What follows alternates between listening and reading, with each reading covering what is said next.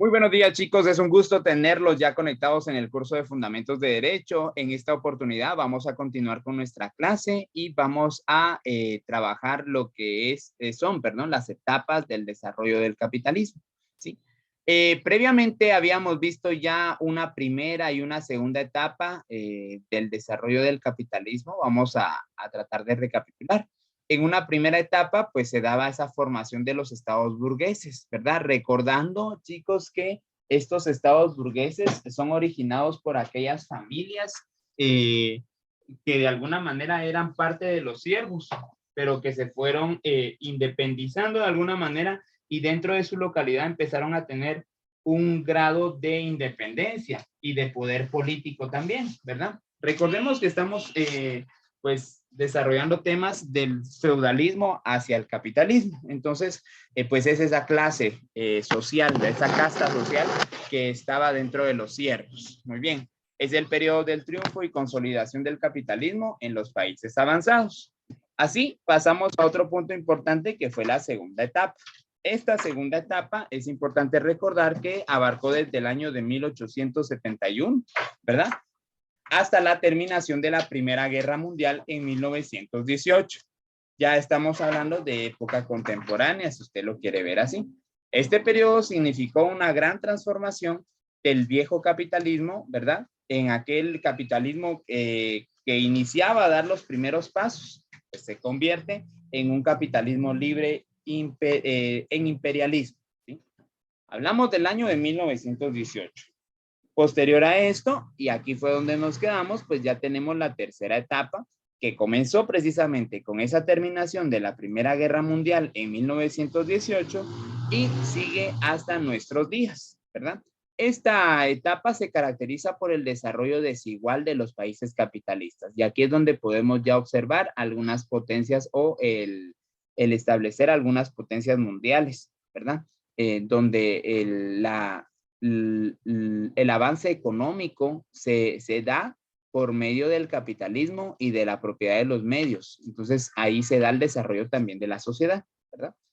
Y de las guerras por un nuevo reparto del mundo, y que precisamente de eso platicábamos el último día de clases, que miren, se hablaba tanto de una guerra, una tercera guerra mundial, aunque esta es una guerra civil, ¿verdad? La que existe entre Rusia y Ucrania, pero es precisamente por el reparto del nuevo mundo, es precisamente una guerra territorial.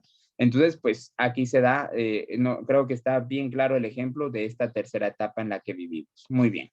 Vamos rápidamente con esto. El Estado burgués puso en primer plano la llamada división de poderes. Ojo ahí, ¿sí? El Estado burgués. Recordando nuevamente que la burguesía hace referencia a aquel grupo de personas o aquel grupo de siervos que empezaron a tener un poder dentro de su comunidad, ¿verdad? Entonces, el Estado burgués puso en primer plano la llamada división de poderes. La división de poderes fue un cumplimiento de la actividad legislativa, judicial y administrativa por órganos del Estado que dicen ser independientes unos de otros. Ojo aquí con la división de poderes porque es lo que, por ejemplo, hoy en día se puede observar con claridad en el aspecto gubernamental o en el aspecto de las finanzas públicas, ¿sí? Ya con los chicos de PC vamos a tener 2 cursos más adelante, en quinto perito y en sexto perito, donde nos vamos a basar precisamente en esa administración pública. Pero de antemano pudiéramos aquí, mencionar precisamente los 3 poderes del Estado, ¿sí? A eso se refiere con división de poderes. Los 3 poderes del Estado que desde primaria o desde básico los venimos aprendiendo. ¿Cuáles son, chicos? A ver si me recuerdan. Los 3 poderes del Estado. Quien está tomando lectura y está notando esto, creo que ya se dio cuenta que aquí en la pantalla también aparecen. ¿Cuáles son los 3 poderes del Estado? Legislativa, judicial y administrativa. Muy bien, por ahí aparecen, ¿verdad? En Guatemala se llama legislativo o organismo o poder legislativo, judicial. ¿Y será que en Guatemala se llama administrativo o administrativa? ¿Cómo se llama? Legislativo. Ejecutivo. Exacto, legislativo, judicial y ejecutivo. Obviamente nosotros lo aprendemos de otra manera, ¿verdad? Lo aprendemos ejecutivo, legislativo y judicial. Ahí sí ya me sonó familiar o ya me recordó a mi maestra de sociedades, de estudios sociales, perdón, en primaria. precisamente esos son los tres poderes del Estado, ¿sí? Y es precisamente esa división de poderes. Vuelvo y repito, ¿quién originó esta división de poderes? El Estado burgués. ¿Y de dónde se origina? De la creación del Estado ya en la sociedad capitalista, ¿verdad? Entonces, ojo ahí con eso. Profesor, quiere decir que en el feudalismo, cuando estaban los siervos, cuando estaba el señorío o la nobleza, no existía el legislativo, el ejecutivo y el judicial. No, no existía, ¿sí? Todo este poder de legislar, de hacer justicia y de llevar a cabo la administración del Estado feudal, en ese caso, lo llevaba la corona, ¿verdad? Que ya hemos hablado de esto en otras ocasiones, ¿sí? Muy bien. No sé si estamos claros hasta aquí. Si habrá alguna duda. Voy a hacer mención, si alguien necesita más tiempo acá, pues me avisa también y pues vamos a hacer mención ahora de la estructura. Y yo regreso, si alguien necesita más tiempo aquí, yo regreso, no se preocupe, ¿sí? Coloquemos como título, por favor, vamos a pasar a un punto importante acá. A ver, yo creo que alguien me escribió, alguien me quería hablar por ahí. Bueno, si alguien necesita más tiempo, me avisa, por favor. Si no, coloquemos como título, por favor, estructura del Estado. ¿Sí? Estructura del Estado. Muy bien. Vamos a colocar todo esto de una vez, ¿sí? El estadio, ¿verdad? El Estado dio, disculpen ahí, miren, a veces mi boca habla más rápido de lo que miran mis ojos. El Estado dio inicio en el momento que aparecen las clases sociales y la propiedad privada. Ojo, preguntita de laboratorio, de examen parcial, de evaluación final, de evaluación de recuperación. Pero ustedes no se van a ir a esa, primero Dios. El Estado dio inicio, ¿cuándo da inicio el Estado? En el momento que aparecen las clases sociales y la propiedad privada. Ahí aparece el Estado, ¿sí? Esto viéndolo desde el punto de vista de la historia en general de la sociedad o en la historia del Estado, ¿sí? Aquí haciendo referencia a que el Estado sí aparece, por ejemplo, en un estado esclavista, en un estado feudal. Obviamente en el esclavista, por la falta de esa propiedad privada, es que no se logra determinar del todo bien. Pero en una sociedad feudal, ahí sí existe un estado feudal, ¿verdad? Profe, pero no dijo que no existía el organismo legislativo, ejecutivo y judicial. Sí, pero esos son los poderes. El Estado sí existía. El Estado feudal sí existió. ¿Por qué? Porque el Estado se origina con las clases sociales y la propiedad privada, ¿sí? Bueno, por el que el Estado lo conforma, entonces aquí, ¿cómo se conforma el Estado? Pues por la sociedad jurídica, políticamente organizada y que está dentro de un territorio establecido. Digamos que estas serían como quien dice las características de un Estado, ¿sí? Que tiene que ser una sociedad jurídica, políticamente organizada y que todos tienen que estar dentro de un territorio establecido. Muy bien. Voy a dar unos segunditos acá. Si alguien necesita más tiempo del que voy a dar, me avisa y así yo regreso. ¿Sí?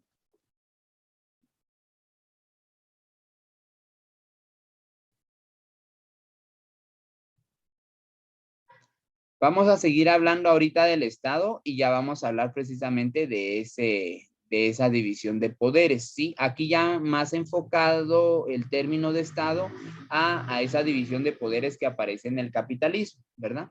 Entonces voy a borrar mis dibujos solamente para que no los interrumpa. Y si me lo permiten voy a avanzar, ¿sí? Bueno, si alguien necesita más tiempo me avisa, por favor. Sigo bajo el mismo título de estructura, ¿sí? Y con respecto a la estructura, pues el Estado inicia con la organización y designación de los órganos. Y es aquí donde yo les digo que aquí estamos más enfocados, por ejemplo, a un Estado capitalista, ¿verdad? Ya fuera del Estado feudal. ¿Sí? Solo haciendo referencia a que el Estado se origina por la aparición de clases sociales y la propiedad privada. Y después de esto, pues ya de una forma más específica sobre el Estado capitalista, pues hacemos mención que el Estado capitalista inicia también con la organización y designación de esos órganos. El ejecutivo, el legislativo y el judicial, ya con los nombres que por lo menos aquí en Guatemala se le conoce, ¿verdad? Presento yo una pequeña imagen aquí, no sé si alguien puede mencionarme qué imagen es o qué estamos representando aquí, qué organismo.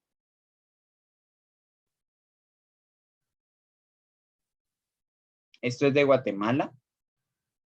¿Alguno ha de tener alguna idea ahí que ha visto en noticias? Quizá alguno ya visitó este lugar.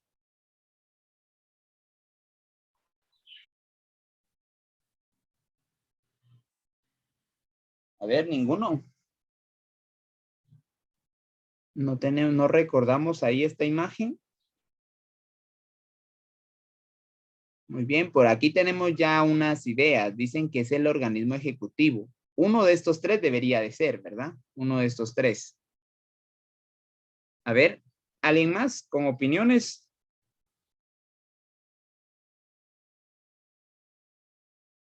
No, profe, nunca había visto esta imagen. No me recuerdo o bien, nunca la vi. Por ahí también nos mandan organismo ejecutivo. Muy bien, miren, hay dos personitas que piensan que es el ejecutivo y hay una personita que piensa que es el legislativo. A ver quién da más. Solamente tres opiniones tenemos acá, ¿sí? Necesito que alguien más opine, chicos. Y casi que siempre son las mismas personitas que me participan. Gracias, porque no deben de dejar de participar, porque siempre en la conectividad, pues consideramos esos puntos, ¿sí? Muy bien.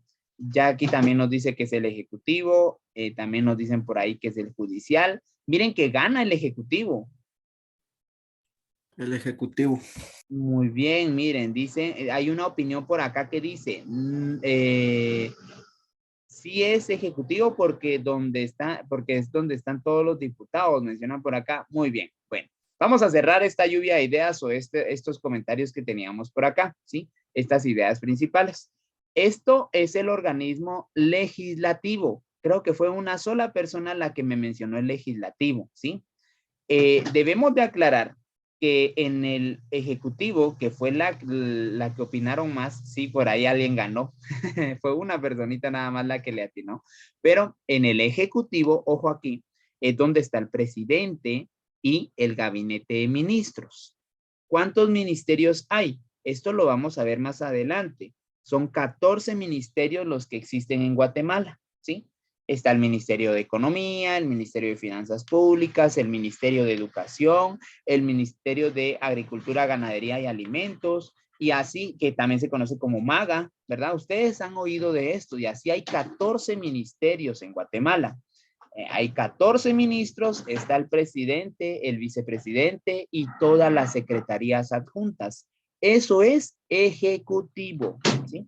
Ahora, el legislativo son los diputados, ¿sí? Es la cantidad, es el número de diputados que tenemos. También más adelante vamos a indagar esto porque esto va a depender del número de habitantes que existan en Guatemala, ¿verdad?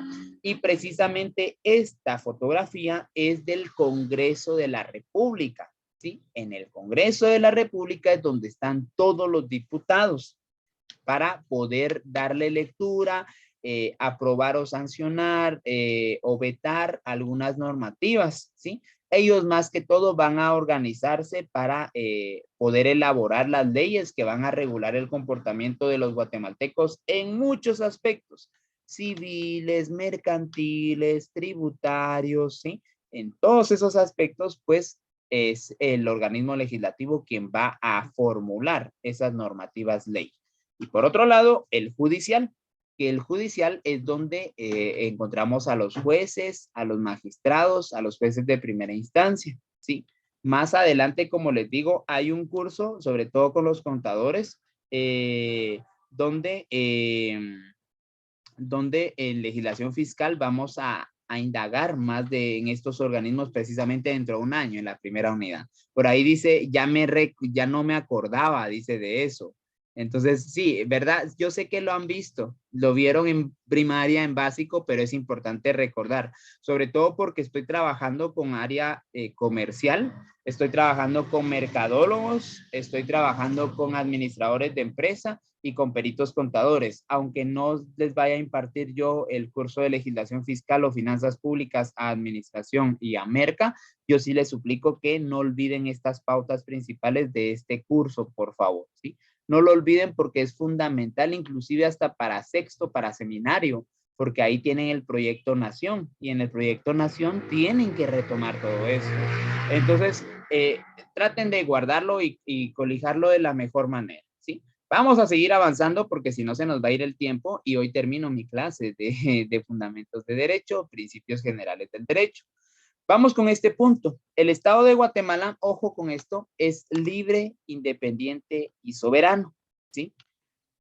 Está regido, cuando hablamos que es regido, hacemos referencia a que actúa, todo el Estado de Guatemala actúa de acuerdo a la Carta Magna o a la normativa de mayor peso en Guatemala, o bien que tiene un nivel jerárquico más alto, no hay nada por encima de esta normativa. Y es la Constitución Política de la República de Guatemala, ¿verdad? Según lo estipulado en el artículo 140 de esta Constitución.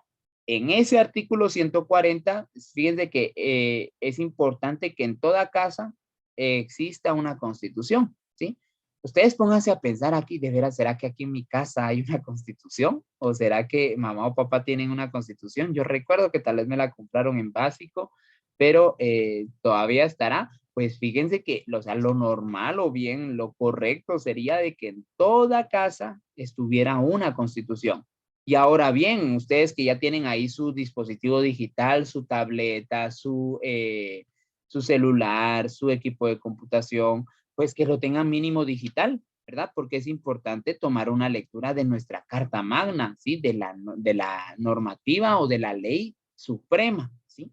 Entonces, de la cual emanan todos los derechos y obligaciones de todos los ciudadanos. Entonces, esto es muy importante. Según el artículo 140 de esta Constitución, ya usted va a ir más tardecito, desde ahorita, a investigar esto del 140, pues vea que ahí nos va a decir que el Estado de Guatemala es libre, independiente y soberano.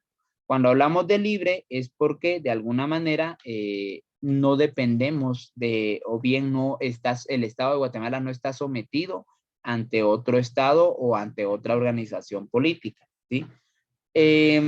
Esto pues se hace realidad, profes, que no somos libres porque dependemos de la economía de otros países, por ejemplo, ahorita el efecto dominó que le llaman, ¿no? Aunque ahí hay un pequeño detalle, pero bueno, no estamos en una clase de economía como para discutir esto, pero por ejemplo, esta situación de donde dependemos de los productores de algunos o de los fabricantes o de los países que extraen algunos minerales, dependemos aquí. Por ejemplo, se supone la guerra o bien ese conflicto que hay entre Ucrania y Rusia, pues trae conflictos o trae dificultades económicas aquí en Guatemala, por ejemplo, con el petróleo, ¿verdad?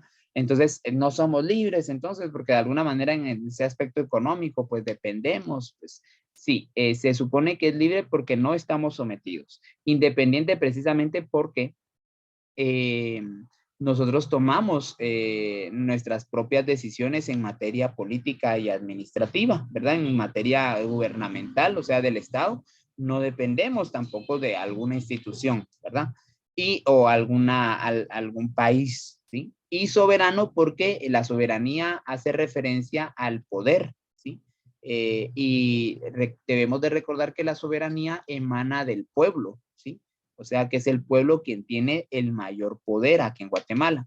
Nosotros lo delegamos cada 4 años a los organismos del Estado, ¿verdad? Por eso cada 4 años hay elecciones. Entonces, la soberanía es el poder que recae sobre el pueblo, ¿sí? Es el ejercicio del poder que recae sobre el pueblo y debemos de recordar que el mayor poder del Estado de Guatemala lo tiene la población, ¿sí? De ahí emana.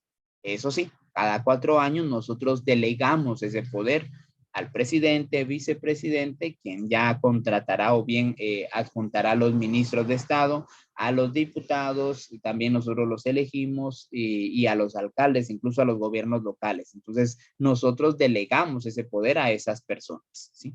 Nos equivocamos todos los años o cada 4 años. Bueno, ya vamos a hablar de eso más adelante también.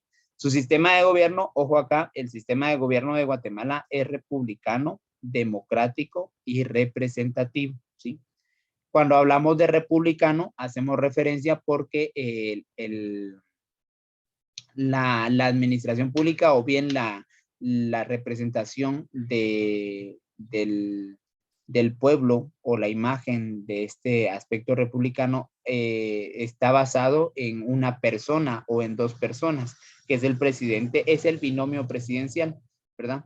Entonces son ellos que en materia de lo gubernamental, pues tomarán las mejores decisiones en el aspecto ejecutivo del país.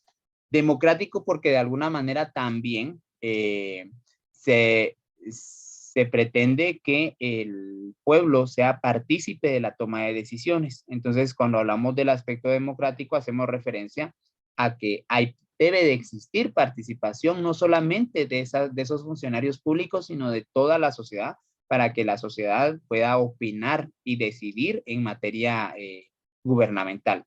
Y representativo porque también estamos representados por cada uno de los congresistas, por cada uno de los diputados que por lista nacional o por distrito, pues también representan a un municipio, a un departamento, a una población, lo representan a usted también. Entonces, ahí está, republicano, la toma de decisiones se basa en ese poder ejecutivo, democrático porque sí se necesita participación de la sociedad y representativo porque estamos representados por medio de nuestros diputados. Y por eso es que los diputados, o sea, cada uno de ellos está representando cierto número de ciudadanos. Por eso es que en cuanto más ciudadanos existan en Guatemala, según estadísticas del INE, por ejemplo, que es el Instituto Nacional de Estadística, o del RENAP, que es el Registro Nacional de las Personas, cada año pues van registrando cuánta población hay. Y en cuanto mayor población, pues entonces se habilitan nuevas vacantes para diputados porque son los que nos representan como población. Sí. Muy bien. Vamos a seguir avanzando. Sí. Vamos con el Estado capitalista. Vamos a mencionar esto del Estado capitalista, perdón, ¿sí? En el Estado capitalista existe una monarquía constitucional. Miren, este término de monarquía constitucional, pues lo podemos analizar, ¿verdad? Ahí sí que de pe a pa.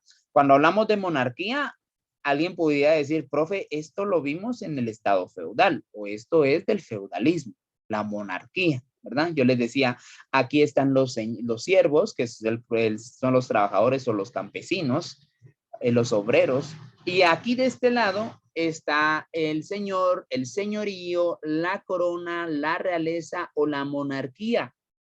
Entonces, de alguna manera, el Estado capitalista sigue siendo esa misma monarquía, sigue teniendo esa misma monarquía. Ya veíamos que era de la clase burguesa precisamente, pero la característica aquí está en que es constitucional.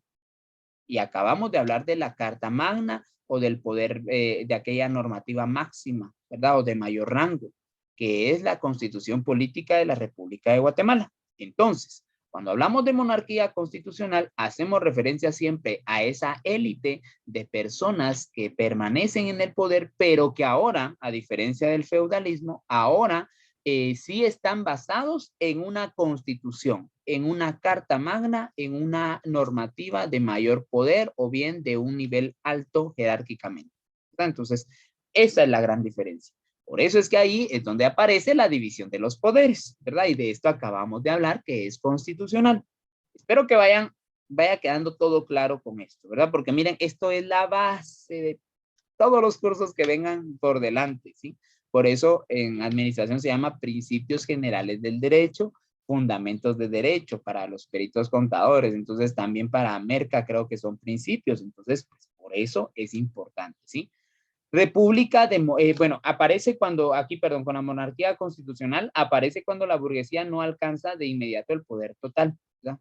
Y por último, la república democrática, donde la burguesía realiza su dominio total, ¿verdad? Entonces, de alguna manera, aquí tenemos lo referente a estos dos puntos del Estado capitalista, que existe una monarquía constitucional y una república democrática. Muy bien. Bueno, vamos a continuar. Si alguien tiene alguna otra duda, me dice. Ya vamos finalizando nuestro periodo de clase. Voy a ver cuánto me hace falta a ustedes.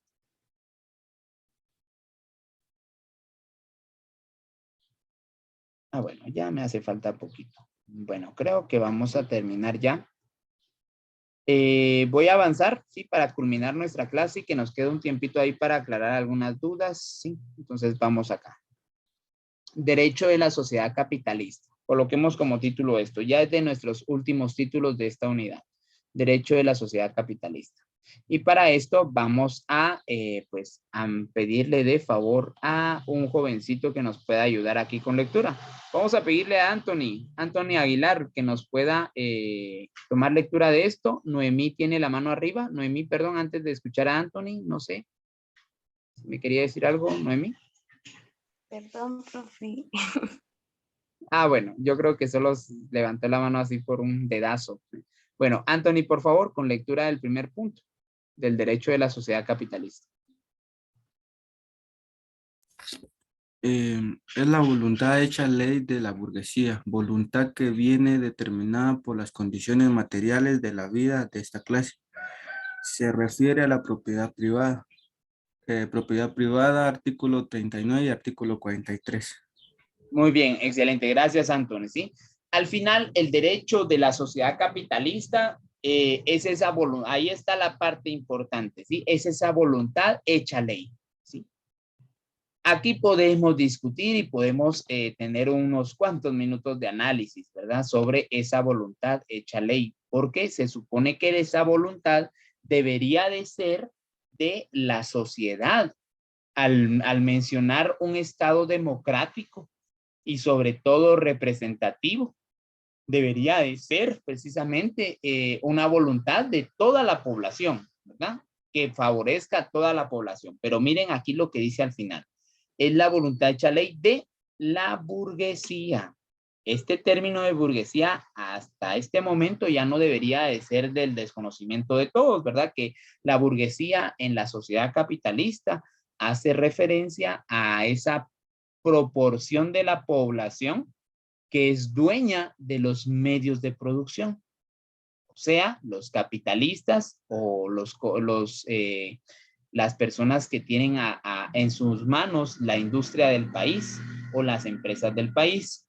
Miren, hay un video en YouTube muy bonito que habla de las 6 familias que manejan la economía del país en Guatemala.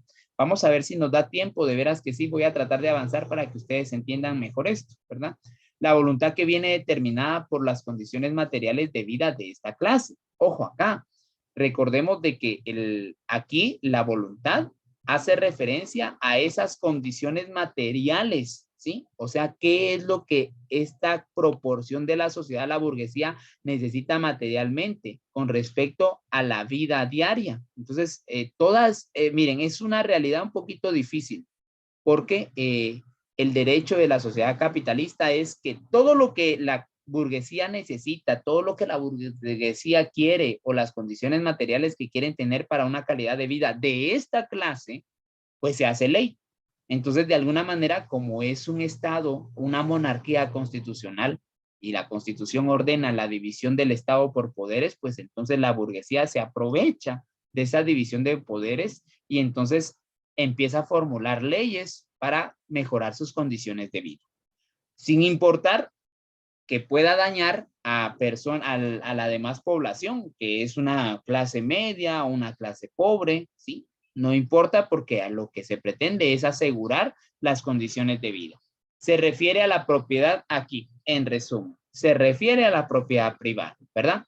A que esa proporción de la población, esa burguesía, esos dueños de las empresas, de las industrias, no pierdan su poder. Entonces, por eso hacemos referencia a que todas las normas, o bien la mayoría de normas, ¿verdad? Están enfocadas a que la clase burguesa no pierda el poder o no pierda su propiedad, ¿sí? Para que no pierda así el poder administrativo. Punto importante, propiedad privada. De esto podemos hacer referencia en el artículo 39 y 43 de la Constitución, que ahí nos habla, y también en el Código Civil también nos hace mención de esto, ¿sí? Muy bien, voy a borrar mis dibujos. Están quedando alrededor de 10 minutos de la clase, de esta sesión 1 minuto, así que les suplico se vuelvan a conectar. Vamos a seguir avanzando y vamos a hablar ahora de la sociedad socialista. Profe, terminamos con la capitalista. Por este día y por este bimestre, sí, vamos a hablar de esta capitalista más adelante también en diferentes cursos. De la sociedad socialista mencionaremos lo siguiente. Por favor, anotan y subrayan lo más importante y les voy a suplicar se vuelvan a conectar, pues ya es mi último tema y tengo que dar